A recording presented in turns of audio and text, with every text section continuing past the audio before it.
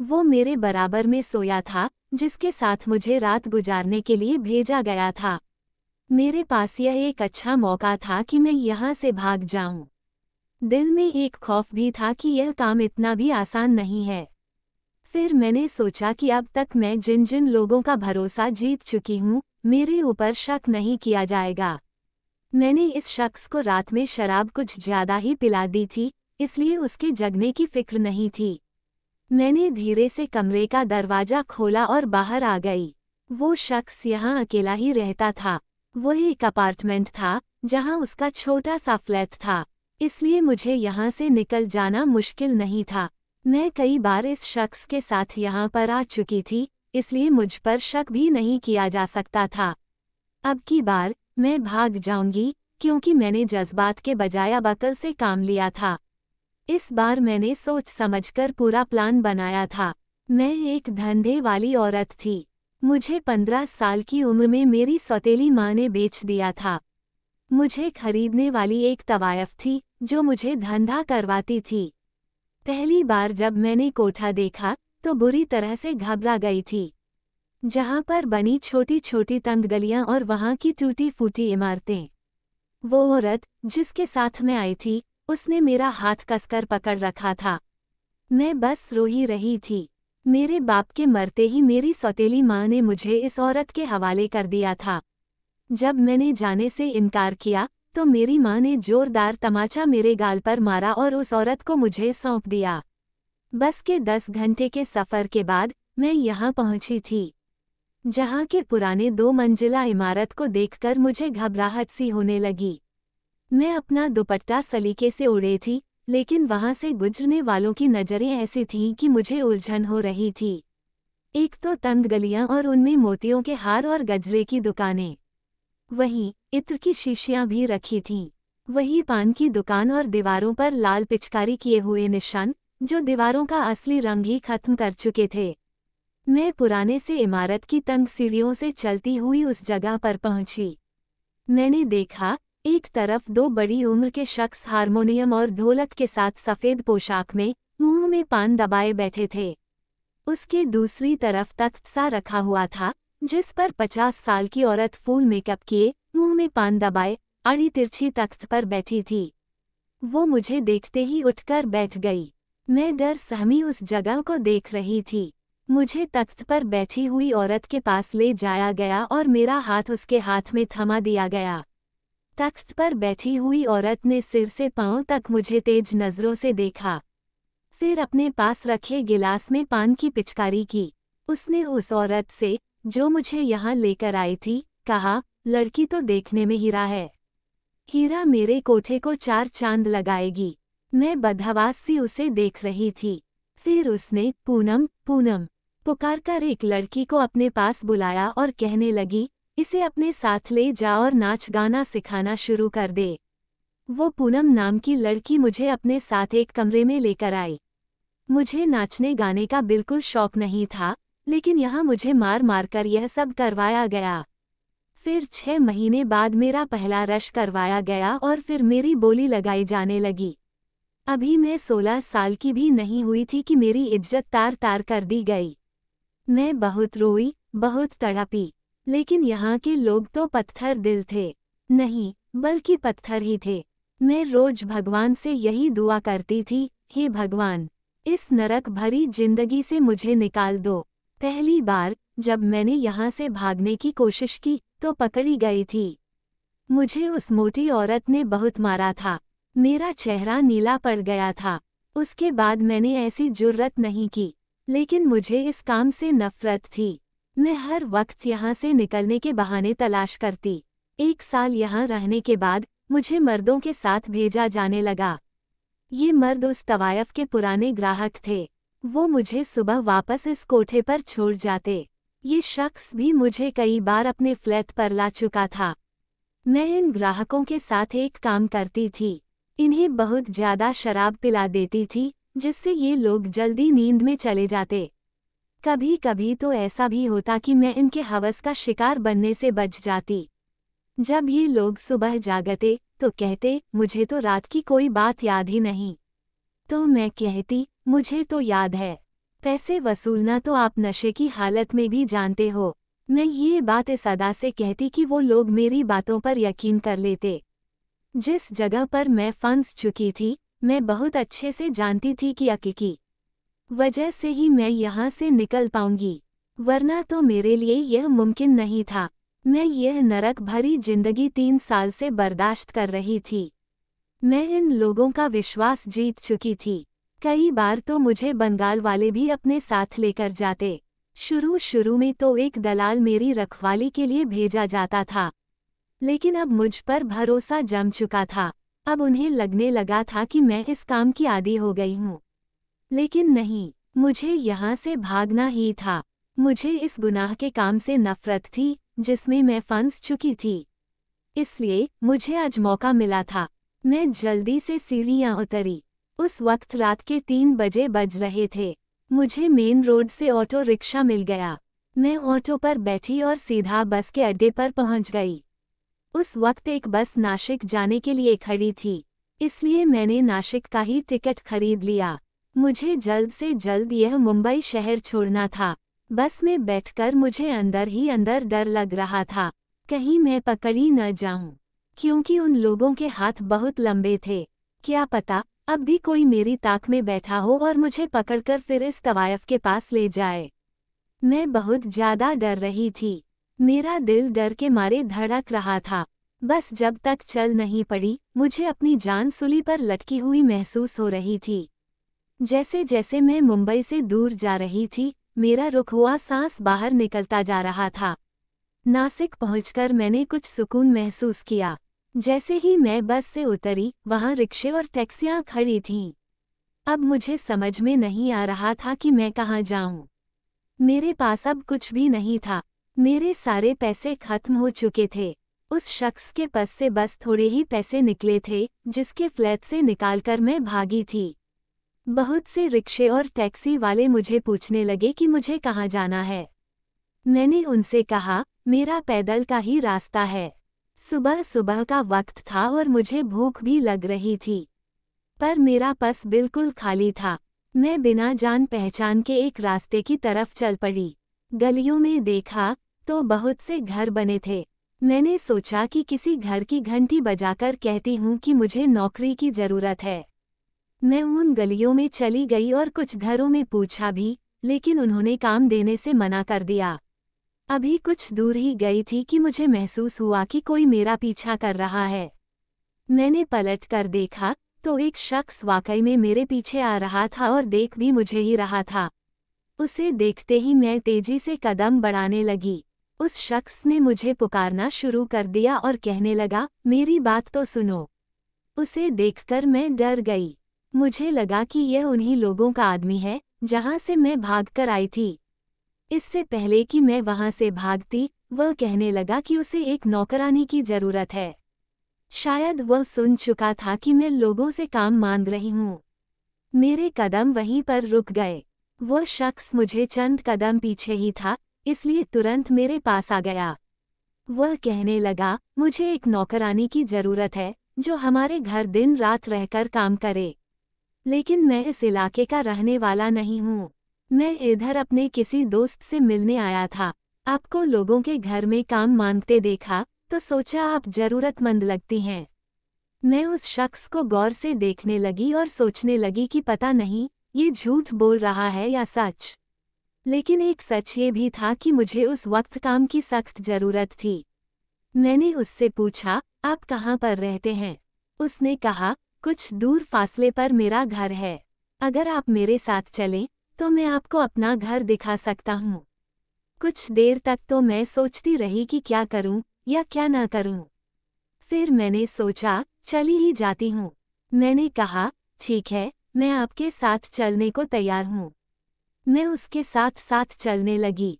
मुझे हैरत का झटका तो उस वक्त लगा जब वो मेन रोड पर पहुंचकर एक टैक्सी वाले को रोककर उसे अपने घर का पता समझाने लगा। उसे ऐसा करते देख मैं सोचने लगी कि क्या वह यहाँ पर नहीं रहता। उसने मुझसे कहा, आप टैक्सी की पिछली सीट पर बैठ जाइए। अब तो मुझे उस पर कुछ शक सा होने लगा। मैं बैठने में हिचकिचा रही थी।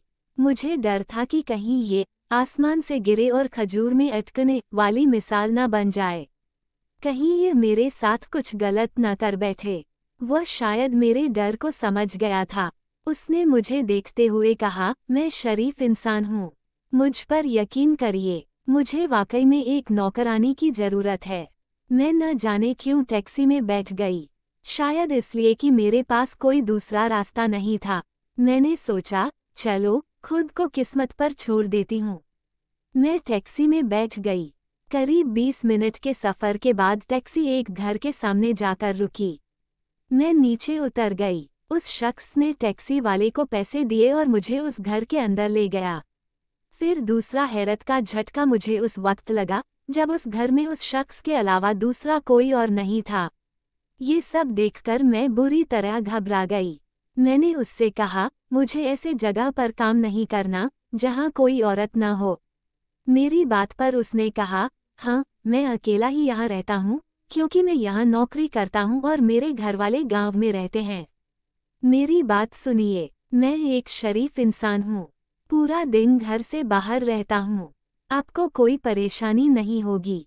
आप घर की सफाई और कपड़े धोने के बाद कुछ बना दीजिएगा। मैं रात के 10 बजे ही घर लौटता हूँ।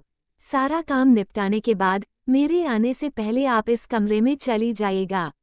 अगर आपको सही लगे तो आप कमरा अंदर से लॉक कर लीजिएगा। लेकिन मैं क्यों उस पर भरोसा करती? मैंने साफ इनकार कर दिया। वह कहने लगा, मैं आपको अच्छी तनख्वाह भी देने को तैयार हूँ। मैंने कहा, नहीं, मुझे यहाँ काम नहीं करना। ये कहकर मैं उसके घर से वापस आ गई। उस वक्त दोपहर का वक्त था और यह इलाका भी सुनसान था। मैं उस शख्स के घर से तो आ गई थी, फिर भी परेशानी वही थी कि मैं जाऊं तो कहाँ जाऊं। मैं यही सब सोचते विचारते चलते जा रही थी। तभी मेरे सामने एक गाड़ी आकर रुकी। उस गाड़ी में कुछ बदमाश बैठे थे। उनमें से एक ने कहा, गाड़ी के पीछे का दरवाजा खोलो और जबरदस्ती लड़की को गाड़ी में बिठा लो। मैं ये सुनकर वापस भाग गई। वो गाड़ी मेरे पीछे आने लगी। मैं भागते भागते एक घर के पास पहुंची और दरवाजा पीटने लगी। मैंने बहुत जोर से दरवाजा बजाया और चिल्ला चिल्ला कर कहने लगी, दरवाजा खोलो, मुझे बचा लो। गाड़ी मेरे पास आकर रुक गई थी। उसमें से एक नौजवान निकला। मैं फिर से दरवाजा बजाने लगी।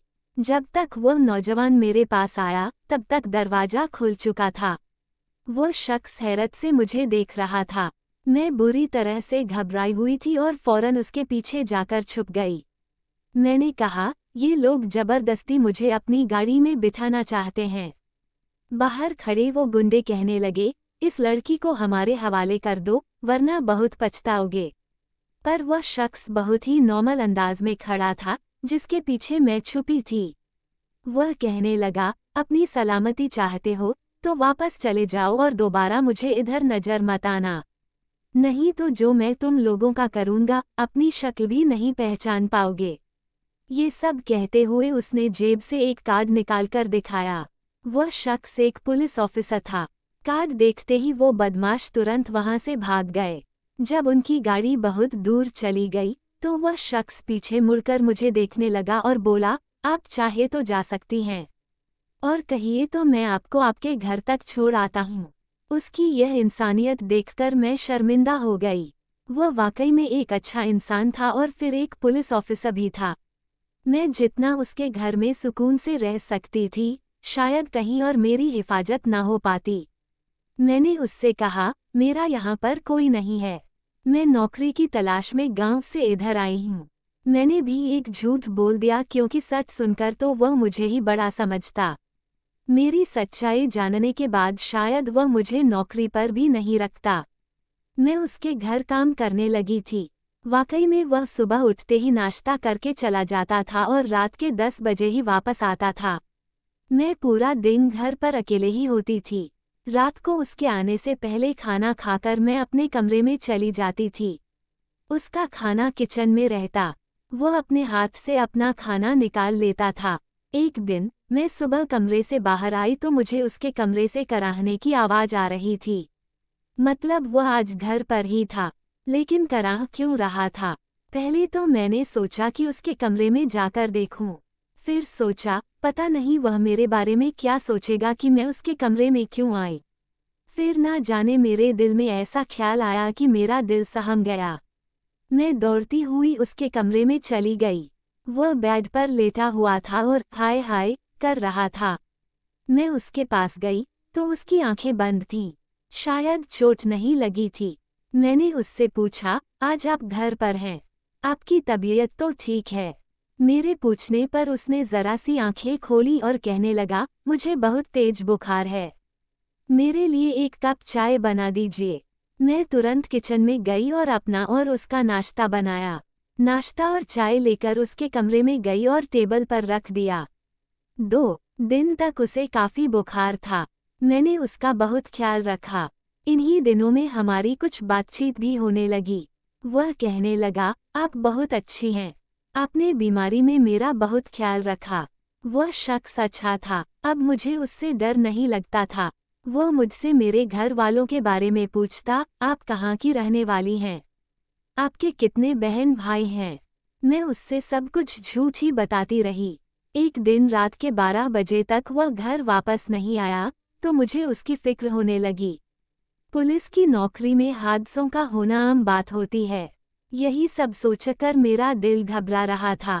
शायद मैं उसे पसंद करने लगी थी। उसके इंतजार में बैठी ही रही। रात के 2 बजे बज गए लेकिन वो वापस नहीं आया।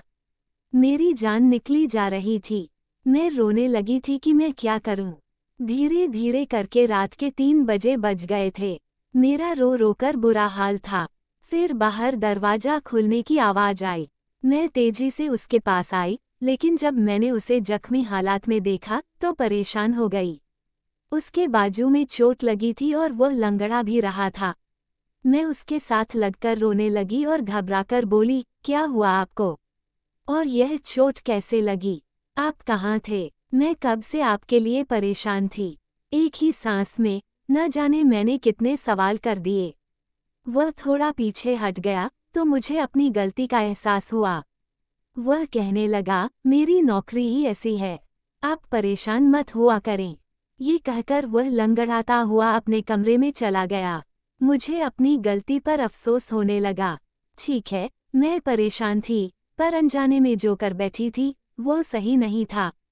मैं अपने कमरे में चली गई। पूरी रात मुझे खुद पर अफसोस होता रहा, पर सुबह जब सोकर उठी तो वह टेबल पर बैठकर नाश्ता कर रहा था। मुझे देखकर मुस्कुराने लगा। वह कहने लगा, आइए बैठिए, नाश्ता कर लीजिए, मैंने आपके लिए भी बनाया है। मैंने कहा, आपको इतनी चोट लगी है तो आपने क्यों बनाया? मुझे कह देते। वह कहने लगा, किस हक से? उसके इस सवाल पर मैं चुप सी रह गई और उसे देखने लगी। वह बड़ी गौर से मुझे देख रहा था। फिर कहने लगा, यहाँ पर बैठिए, मुझे आपसे कुछ बात करनी है। उसने प्लेट में नाश्ता डालते हुए कहा, पहले नाश्ता कर लीजिए। उसकी बात सुनकर मैं खामोशी से नाश्ता करने लगी। वह मुझे ही देख रहा था। जब मैंने नाश्ता कर लिया तो कहने लगा, आप मुझे बहुत अच्छी लगने लगी हैं और मैं आपको पसंद भी करने लगा हूँ। वह कहने लगा, मुझे नहीं लगता कि अब एक घर में रहकर मैं आपसे दूर रह पाऊंगा। इसलिए बेहतर यही होगा कि मैं आपसे शादी कर लूं। मुझे अपने घर वालों की तरफ से अपनी मर्जी की शादी करने की इजाज़त है। अब आप बताइए, कब मैं आपके घर वालों से मिल सकता हूँ? इस सवाल पर तो मेरा रंग उड़ गया। मैंने फिर एक झूठी कहानी सुना दी। मैंने उसे बताया, मैं घर से भाग कर आई हूँ क्योंकि मेरी सौतेली माँ जबरदस्ती मेरी शादी एक बूढ़े से करवाना चाहती थी। वह मेरी बातें खामोशी से सुन रहा था। फिर कहने लगा, अगर आपको एतराज न हो तो हम कल ही शादी कर लेते हैं। मैंने सहमति में अपना सिर हिला दिया और मैं बहुत खुश भी थी। आखिरकार मुझे इज्जत की जिंदगी मिलने वाली थी, जिसकी आरज़ू हम बहुत सी लड़कियों के दिलों में होती है। लेकिन इस ख्वाहिश को दिल में रखकर हम लोगों की उम्र ही निकल जाती है। कोई भी हमें ऐसी इज्जत की जिंदगी नहीं देता। अगर मैं उसे सच बता देती कि मैं कौन हूँ तो वह मुझसे नफरत करने लगता। अगले दिन उस शख्स यानी राहुल के साथ मेरी शादी हो गई। मैं राहुल के साथ बहुत खुश थी। वह भी मेरा बहुत ख्याल रखता था। लेकिन शायद हम जैसी लड़कियों की जिंदगी में खुशियां होती ही नहीं। दोपहर का वक्त था। मेरे घर के दरवाजे पर दस्तक हुई। मेरा पति इस वक्त घर पर नहीं था। मैंने जैसे ही दरवाजा खोला तो वहां वही औरत खड़ी थी जिसके कोठी पर मैं काम करती थी। उसे देखते ही मेरी जान निकल गई। मेरी बदकिस्मती ने मेरा पीछा नहीं छोड़ा। वो मुझे मारते हुए अपने साथ लेकर गई। मैं रोती बिलखती उससे मिन्नतें करने लगी, लेकिन उसने मेरी एक न सुनी। मैं वापस उसी कोठी पर पहुंच गई थी। उसने मुझे बहुत मारा था। वह कहने लगी, यहाँ आने के बहुत से रास्ते हैं, लेकिन जान का बस एक ही रास्ता है और वो है सिर्फ मौत। मैं रोती रही, लेकिन यहाँ आने के बाद रात को जो कुछ भी मेरे साथ हुआ, उससे बेहतर था कि मैं मर जाती। मेरे कमरे में आने वाला मेरा ग्राहक मेरा पति था। उसे देखकर मुझे लगा कि वो मुझे लेने आया है, लेकिन उसके पीछे से मुस्कुराती हुई कोठी की मालकिन को देखकर मैं सन रह गई। वो मुस्कुराती हुई बोली, तू क्या समझती है कि तू फ्लैट से भाग जाएगी और मुझे खबर तक नहीं होगी? मैंने इसे तेरे पीछे जासूसी पर लगा रखा था। ये तेरे पीछे साए की तरह था। तू जहां नौकरी मांगने गई थी, वहां भी यह मेरे कहने पर ही तुझे अपने घर लेकर गया था, और तुझे नौकरी ही हमारे कहने पर ही दी गई थी। यह कोई पुलिस वाला नहीं है। ये सुनकर ऐसा लगा कि जमीन फटे और मैं उसमें समा जाऊं। इतना बड़ा धोखा दिया था उसने मुझे। वो अब भी चुप था और मेरे सामने खड़ा था। मैं उसके पास गई और कहने लगी, तुमने मेरे साथ इतना बड़ा धोखा किया, आखिर क्यों? अगर तुम मुझे इस वक्त यहाँ ले आते तो मुझे इतना दुख नहीं होता। मैंने मर्दों का सिर्फ एक ही रूप देखा था और वह था हवस। लेकिन तुम्हें देखकर मेरी सोच बदल गई थी। मुझे लगा मर्द इंसान भी होते हैं। तुम्हारे रूप में ही मर्द को मैंने देखा था। मुझे तुमसे मोहब्बत हो गई थी। काश तुम मेरे सामने कभी न आते, ताकि मेरे दिल में तुम्हारी जो इज्जत थी वह रह जाती। मेरे इतना कुछ कहने पर भी वह चुप था। कुछ ही देर में पुलिस की गाड़ी की आवाज आई। उस औरत की रंगत उड़ने लगी। वह कहने लगी, ये पुलिस कहाँ से आ गई? मेरे पति राहुल ने कहा, मैंने बुलाया है। पुलिस वहां पहुंच चुकी थी। उसने अपने जेब से अपना पर्स निकाला जिसमें हमारी शादी की कुछ तस्वीरें थीं। पुलिस को वह बताने लगा, यह मेरी पत्नी है और मैं इसे लेने आया हूँ। इस औरत ने चोरी छुपी मेरी पत्नी को अगवा किया और यहाँ ले आई है। वो औरत हैरान परेशान होकर कहने लगी, क्यों झूठ बोल रहे हो? लेकिन पुलिस उस औरत को पकड़कर ले गई। वह मेरे पास आया और कहने लगा, मैं जासूस हूँ। पैसे लेकर मैं जासूसी करता हूँ। पुलिस वालों से भी मेरी अच्छी जान पहचान है, क्योंकि मैं उनके लिए भी काम करता हूँ। इस औरत ने तुम्हारी जासूसी पर मुझे लगा रखा था। मैं सब कुछ पैसों के लिए करता था, लेकिन न जाने कब मुझे तुमसे प्यार हो गया। तुमने मेरी बीमारी में मेरा ख्याल रखा। मेरे जख्म देखकर तुम परेशान हो गई थी। अपने प्रति तुम्हारा लगाव देखकर मैं सोच रहा था कि तुमने अभी तक मुझे कोई बात नहीं बताई।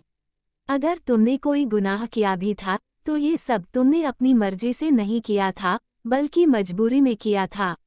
इसलिए मैंने सोचा कि शादी ही एक ऐसा रास्ता है जिससे मैं तुम्हें इस दलदल से निकाल सकता हूँ।